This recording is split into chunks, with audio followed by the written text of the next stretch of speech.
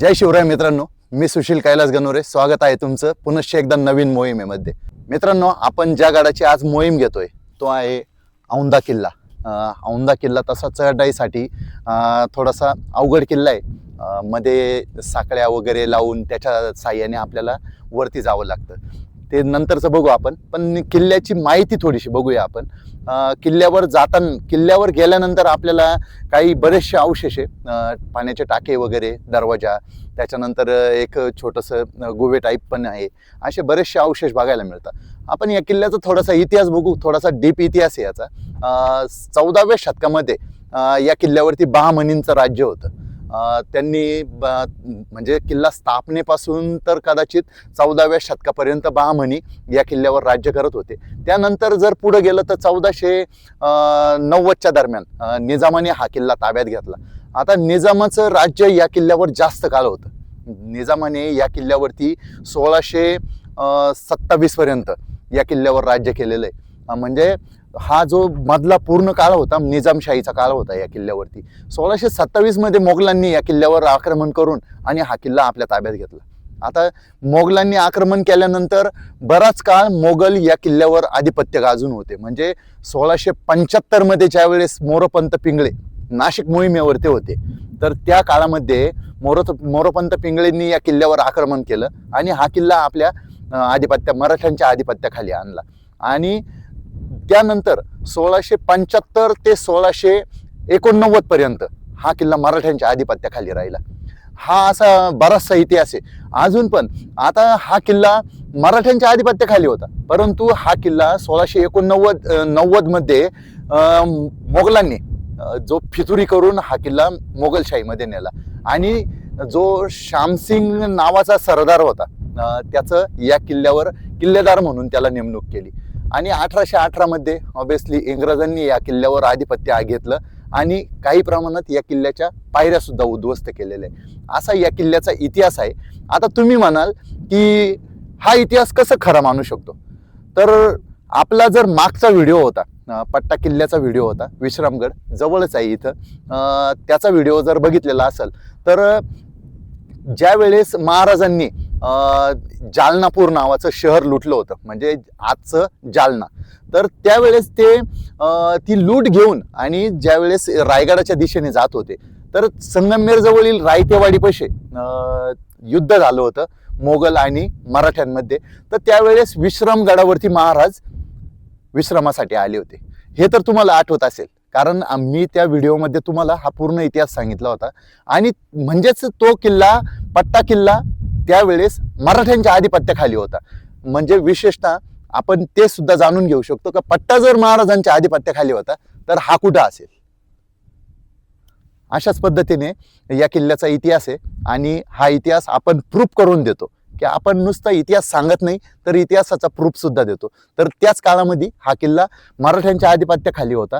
अशा पद्धतीने हा इतिहास आहे. आता आपल्याला वर जायचंय, वर जाऊ आणि किल्ल्याची ठेवण वगैरे, चढाई, त्याच्यानंतर किल्ल्यावरचे अवशेष, अशा बऱ्याचशा गोष्टी त्या बघूया.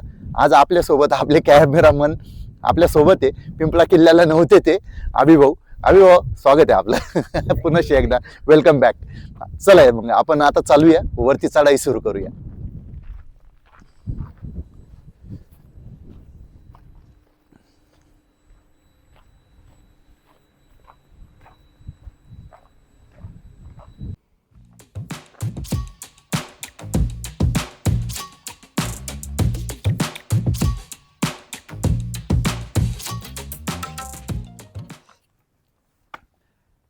मित्रांनो, आता आपण जो औंधा किल्ल्याची चढाई चालू केलेली आहे, तर त्याच्या पहिल्या टप्प्याला सुरुवात केलेली. तुम्ही मागं बघितलं असेल, कातळात कोरलेल्या काही थोड्याशा पायऱ्या आहे आणि ह्या पायऱ्या आपल्याला दिसत आहेत. पुढे बऱ्याचशा आपल्याला कातळ कोरीव पायऱ्या ज्या दिसणार आहे, ज्या इंग्रजांनी नष्ट केलेल्या आहे. चला तर मग आपण पुढच्या रस्त्याला वाटचाल करूयात.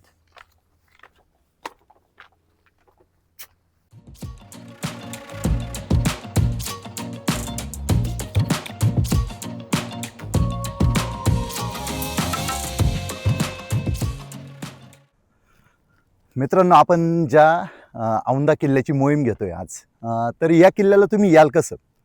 एकदम सोपं आहे, जास्त काही अवघड नाही आहे. जर नाशिकवरनं येत आहे तुम्ही, तर नाशिकवरनं घोटी, घोटीवरनं मोर पिंपळगाव म्हणजे हायवे सोडल्यानंतर आपल्याला लेफ्ट साईडला रस्ता आहे जो सिन्नर हायवे, तिथून मोर पिंपळगावपर्यंत यायचं आहे. जवळपास 10 ते 12 किलोमीटर अंतर आहे. त्यानंतर आपल्याला सर्व तीर्थ टाकेत या गावामध्ये यायचं आहे. म्हणजे जे टाकेत आपल्या भगवान शिवशंभूंच्या मंदिरासाठी प्रसिद्ध ठिकाणे. तर त्या टाकेत गावामध्ये आल्यानंतर आपल्याला यायचं आहे ते कोकण फाटा, कोकण फाटा, ओके, असंच नाव आहे त्याचं. कोकण फाट्यापर्यंत आल्यानंतर म्हणजे त्याच्याच पुढं आपल्याला एकदरा गाव लागतं. म्हणजे एकदरा गावात जायचं नाही आहे, त्या कोकण फाट्यावरूनच आपण पवनचक्क्यांच्या दिशेने टर्न घ्यायचा आहे. बराचसा रस्ता यावं लागतं.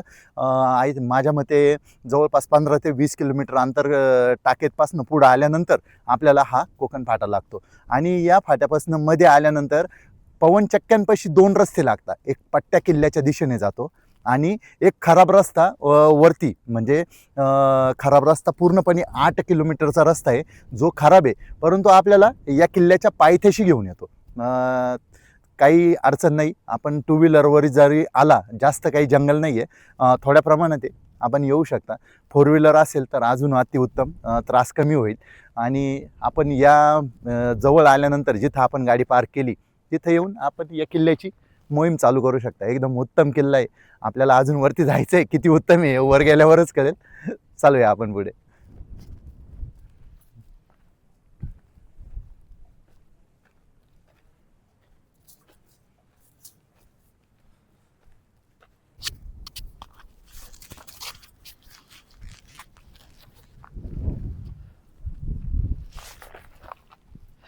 मित्रांनो, आतापर्यंत आपण ह्या ज्या तीन काही आपल्याला पवनचक्क्या दिसतात आहे, इथपर्यंत तर एकदम आपला मोकळा रस्ता होता. आपल्याला वाटतच नव्हतं की आपण डोंगरावर चढतोय. पण तिथून पुढे समोर आपल्याला सुळका दिसतो, म्हणजे आपला हा औंधा किल्ला. औंधा किल्ल्याच्या सुळक्याजवळ जेव्हा आपण येतो तर औंधा किल्ला आपण जाताना लेफ्ट हँड साईडला औंधा किल्ल्याचा सुळका ठेवायचा आणि राईट हँड साईडला ही जी काही पाऊलवाट दिसते, या पाऊलवाटेने आपल्याला पुढे चालत जायचं. मागे जे हिरवं झाड दिसतंय मित्रांनो, तिथपर्यंत आता आपल्याला चालत जायचं आहे. आणि तिथून थोडं काही 5 मिनिटाच्या अंतरावर ह्याच कातळावर ह्याच साईडने आपल्याला चढायचं आहे. एक असा बांध दाखवलेला आहे वर चढण्यासाठी. तिथून आपल्याला ह्या गडाची चढाई करायची. बरेचसे ट्रेकर्स तिथूनच रिटर्न आले. पुढे 5-6 जण गेलेले, 2 जण रिटर्न जाताना दिसले. व्हिडिओमध्ये एक रेड टी शर्ट वाला दिसला असेल, त्याला मी विचारलं तर काव म्हटलं झाला का तुमचा ट्रेक, तर ते म्हणे मी तिथपर्यंत गेलो, तिथे साखळ्या वगैरे लावलेल्या आहे, तिथून मी रिटर्न आलो, माझे मित्र पुढे गेलेले. आपण बऱ्याचशा ट्रेक्स असे अपूर्ण कधी सोडलेले पण नाही, करणार पण नाही. आपण ट्रेक पूर्ण करणार, वर बाले किल्ल्यापर्यंत जाणार. दरवाजा आहे, कातळकोरी 4 ते 5 पाण्याचे टाके, आपण ते 100% बघणार. चला तर मग पुढे जाऊया आपण.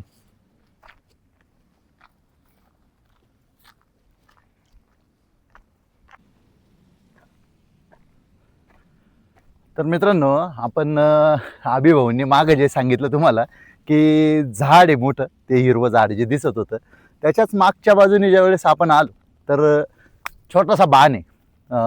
लक्षात पण येणार नाही, मागे एक खाली दगड होता, त्याच्यावर पण एक बाण होता. सगळ्यात मोठं आहे तर ही पवनचक्की लक्षात ठेवा. हिच्या मागच्या बाजूला ते जे गिर्यारोहक येताना दिसतंय तुम्हाला, तर ती दिशा आहे. त्या दिशेने आपल्याला वरती जायचं आहे. बराचसा पॅच, हार्ड पॅच दिसतोय मला तो. तिथं 2-3 साखळ्या पण दिसत आहेत, 1-2 साखळ्या आहे फक्त. आणि या बाणाच्या दिशेने आपल्याला वरती जायचं आहे. ही इथनं आता हा जो पॅच आहे हा चढायला सुरुवात करायची. अभिभाऊ थोडंसं दाखवा. पायऱ्या वगैरे काही नाही आहे. या दिशेने या पद्धतीने आपल्याला चढायचं आहे. आता आपण काय कसे प्रयत्न करून चढू ते आपल्यावर डिपेंड आहे. तुम्ही याल तुमच्या पद्धतीने चढा, आम्ही आता आमच्या पद्धतीने चढतो. चला तर मग.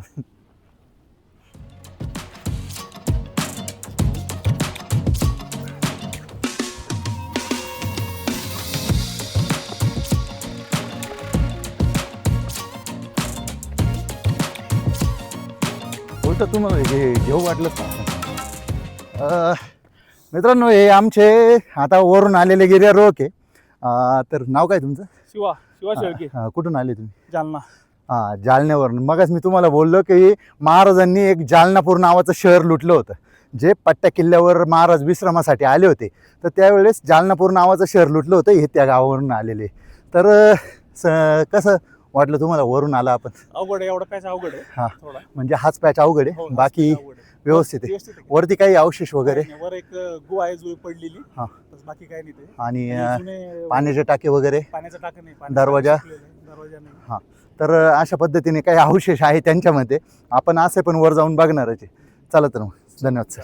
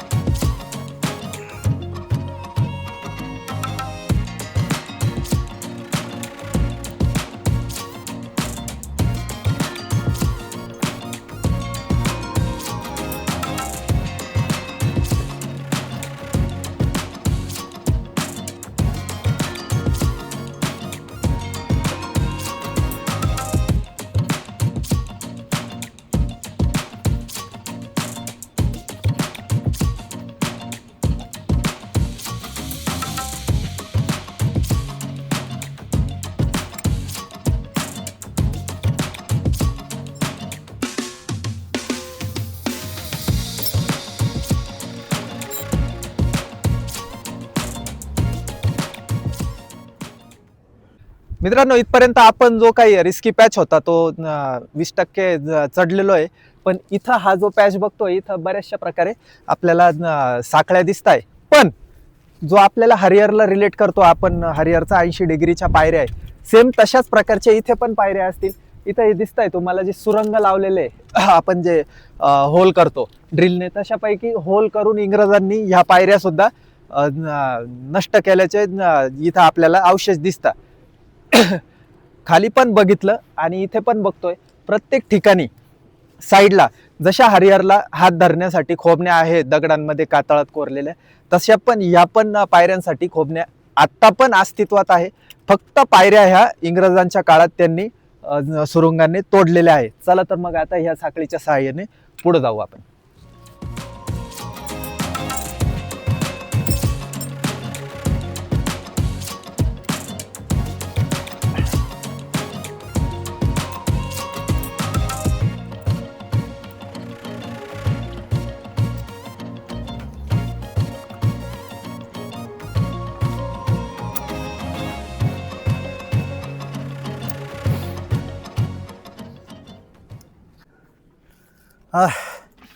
फायनली आपण जो अवघड पॅच होता साखळ्यांच्या साह्याने चढायचा, तर तो चढून आलो आहे. आणि आता आपल्याला मागच्या साईडनी ही लोखंडी शिडी केलेली हाय हाय, तिथं तर पण साखळी. याला पण साखळी आहे. ही साखळीच्या साह्याने आपल्याला वरती चढून जायचं आहे. अभिभाऊंचं वाटत होतं उडून बिडून जातं का काय, हवा चालू होती. पण ठीक आहे, अभिभाऊ आपले एकदम जिगरबाज माणूस म्हणतात, त्या प्रकारे अभिभाऊ आपले गॉगल बिगल लावून एकदम स्टाईलबाज माणूस आहे आणि कुठल्याही प्रकारे भीती वाटत नाही. त्यांचं एक वाक्य सांगू नाही वाटत आणि सांगणार पण नाही मी. नंतर कधीतरी तुम्ही मला भेटा, मग मी तुम्हाला सांगतो की कोणत्या प्रकारचं वाक्य वापरतं ज्यावेळेस अवघड पॅच लागतं ते. तर चला मग आता आपण वरच्या साईडने जाऊया. मस्तपैकी मस्त मजा आली चढताना, पण उतरताना तेवढीच हाल पण होणार असं मला वाटतंय. कारण कुठल्याही प्रकारे हरिहरला तरी पायऱ्या आहे, याला पायऱ्याच नाही आहे. आणि उतरायला पूर्ण साखळीच्या साह्याने उतरायचं आहे. आणि वजन इतकं आहे की भाऊ साखळी तुटती का काय असं वाटतं. पण ठीक आहे, चला आता वरती जाऊया आपण या शिडीच्या साह्याने आणि साखळीच्या साह्याने वरती जाऊया. चलो.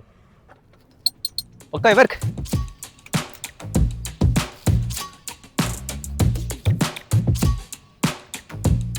मागच्या पॅच पेक्षा सोपा आहे बरं का पण भाऊ.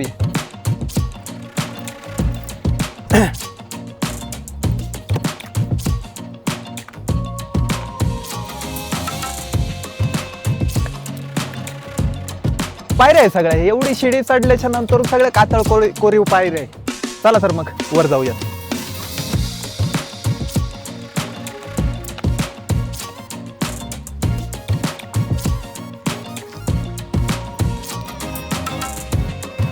मला तरी वाटतं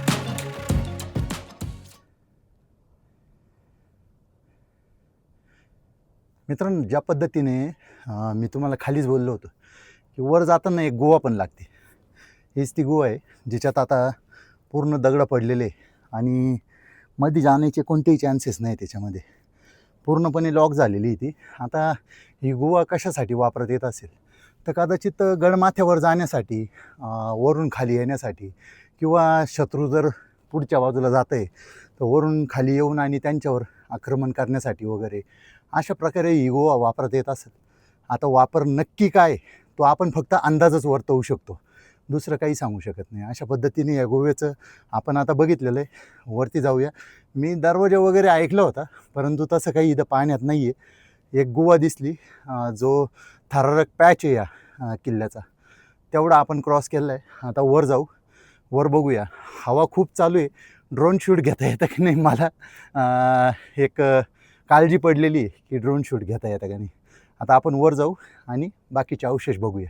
चला तर मग.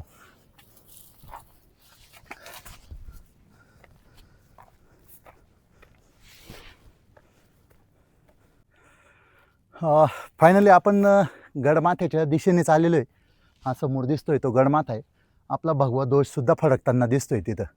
तर मित्रांनो, आपण या गडमाथ्याच्या दिशेने जातानाच आपल्याला इथं एक आणि त्या साईडला एक असे, आता हे पाण्याचे टाकेच म्हणता येतील, पण हे जमिनीखाली तयार केलेले टाके. इथं आता खाली जाण्यासाठी वगैरे रस्ता पण केलेला आहे त्यांनी, व खाली जाता येतं.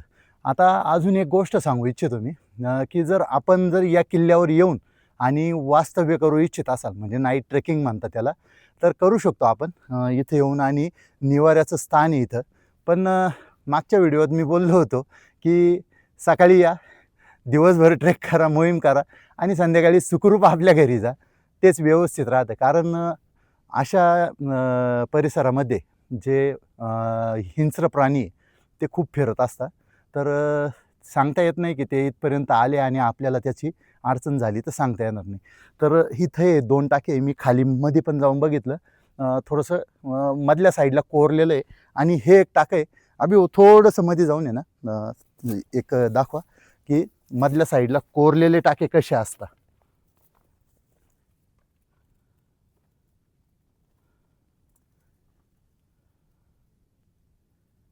हे पूर्ण दगडात कोरलेलं टाकं आहे, जे इथं आपल्याला दिसतंय. अशा पद्धतीने या गडावरील 2 टाके बघायला मिळाले. त्या साईडचं पण दाखवा, जेणेकरून आपलं हे पण टाके बघायला मिळतील.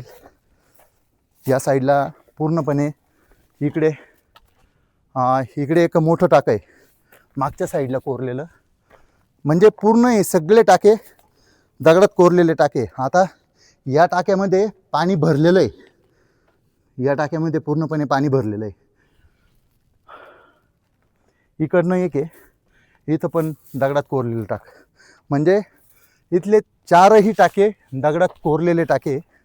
अशा पद्धतीने पाण्याची सोय या किल्ल्यावरती आहे.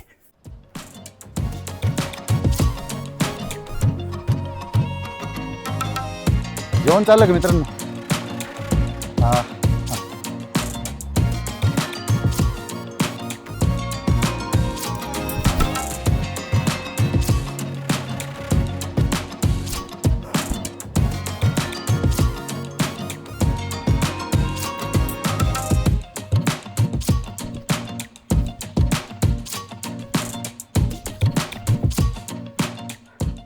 गडमाथ्यावर आल्यानंतर आपल्याला हे वेताळ बाबांचं मंदिर दिसतं.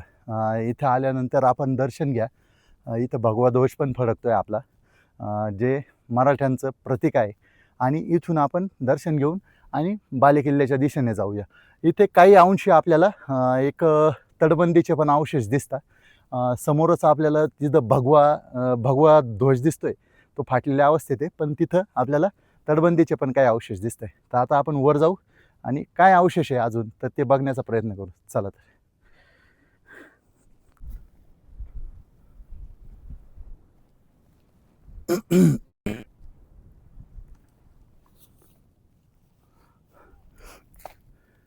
गडमाथ्यावर आल्यानंतर मित्रांनो बरेचसे अवशेष आहे. आता हा चबुतरा जर दिसतोय तर हा कदाचित एक वाड्याचा अवशेष प्रमाणे दिसतोय.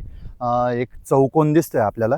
आणि मागच्या बाजूला इथं जर अंदाज केला तर कदाचित या साईडने ते बुर्जाचे अवशेष दिसत आहे आणि हे पाण्याच्या टाक्याचे अवशेष आहे कदाचित. कारण एक याच्यामध्ये कोरलेले आहे ते दगडामध्ये, ज्याप्रमाणे खाली आपण बघितले, आणि त्याचप्रमाणे इथं पण पाण्याचे टाके कोरलेले दिसतात. आता समोरच्या बाजूने ज्यावेळेस आपण पुढं जातो,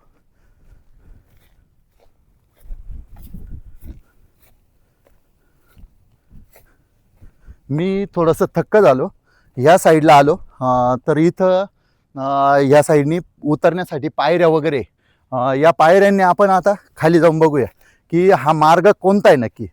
ते एक म्हणता की छुप्या वाटा तयार करून ठेवलेल्या असायच्या.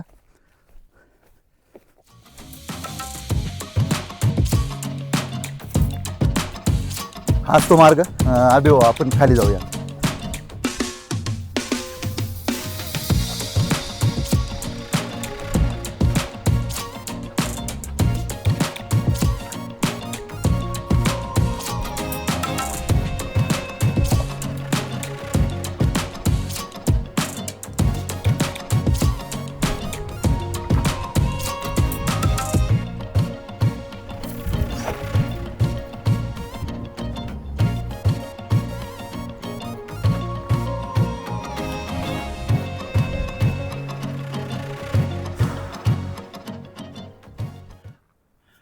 मित्रांनो, ज्या आपण पायऱ्या चढून आलो, तर या पायऱ्या उतरून आलो आपण, तर या पायऱ्यांना उतरून आल्यानंतर इकडनं या साईडनी कदाचित एक छुपा रस्ता म्हणतो आपण, तो रस्ता तयार केलेला होता की जेणेकरून महत्त्वाचा जो त्याचा रस्ता आहे त्या साईडनी जर एखाद्या म्हणजे दुश्मन सैन्याने आक्रमण केलं तर इकडच्या बाजूने जर आपल्यावर जास्तच अडचणी यायला लागल्या तर इकडनं निघून जाता येईल अशा पद्धतीने, किंवा इकडे काही असू शकतं ज्या पद्धतीने आपण इंद्राई किल्ल्यावर बघितलं होतं की तिथं प्रवाशांना राहण्यासाठी वगैरे तिथं असं घरं वगैरे तयार केलेले होते, तर ते पण असू शकतं. काळाच्या ओघामध्ये पडलेलं आहे हे सगळं.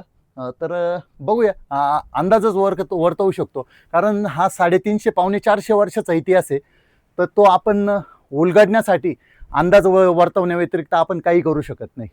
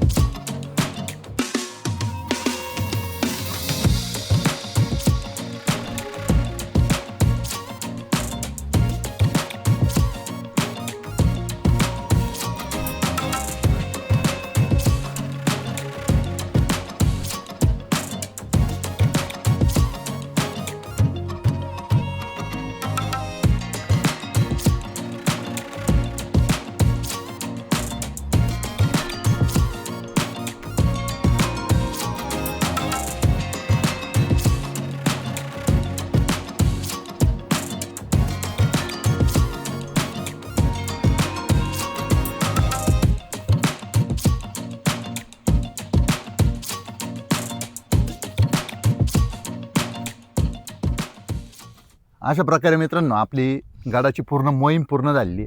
आपण जो अवघड पॅच होता तो चढून आलो, पण तेवढाच पॅच आपल्याला अजून उतरायचा पण आहे. या पॅच मध्ये थोडंसं आता चढताना सोपं वाटत होतं, उतरताना जास्त अवघड जाईल ते, कारण उतरताना खाली दरी दिसते आपल्याला, चढताना नाही दिसत. त्याच पद्धतीने आपण वर आल्यानंतर गडाचे पूर्ण अवशेष बघितले, गडमाथा पण फिरून झाला. गडावरचे अवशेष खरंच खूप छान आहे. तळे वगैरे बघायला मिळाले आपल्याला, वेताळ बाबांचं मंदिर. इतर इतक्या जुन्या किल्ल्यांपेक्षा या किल्ल्यावर आपल्याला अवशेष फार जास्त बघायला भेटतात. तसंच एक आपल्याला जो उतरताना एक कातळ पायऱ्या होत्या, दुसरा मार्ग तिथं शक्यतो मला तरी वाटतं की तो दुसरा मार्ग असेल. कदाचित होऊ शकतं की तिथं राहण्यासाठी वगैरे काही तयार केलेलं असेल, असं पण होऊ शकतं. कारण या गोष्टींवर आपण अंदाज वर्तवू शकतो. जास्त काही आपण इतिहासकार नाहीये की आपण पूर्णपणे सगळं सखोल ज्ञान मिळू शकतो. मला काय वाटतं भाऊ, आपण इतर किल्ल्यांवर बघितलेले की गोमुखी दरवाजा, आणि तिथं आपण इतिहासात पण वाचलेलं आहे की तिथं दरवाजा आहे, जर तू आपण दाखवलेलं आहे ती तुटलेली शिळा, हा. तिथं दरवाजा आणि गोमुखी दरवाजासारखं काही नियोजन असू शकतं असू त्या काळात. शकतं, असू शकतं. आपण तेच म्हणतोय मी की आपण अंदाज वर्तवू शकतो की इथं असू शकतं. कदाचित गोमुखी दरवाजा असेल 100% किंवा निघून जाण्यासाठी मार्ग बनवलेला असेल, दुसरा मार्ग गडाहून गड उतार होण्यासाठी, असं सुद्धा होऊ शकतं. मे बी 70% गोमुखी दरवाजा सारखेच स्ट्रक्चर दिसतात ते. स्ट्रक्चर दिसतं तिथं.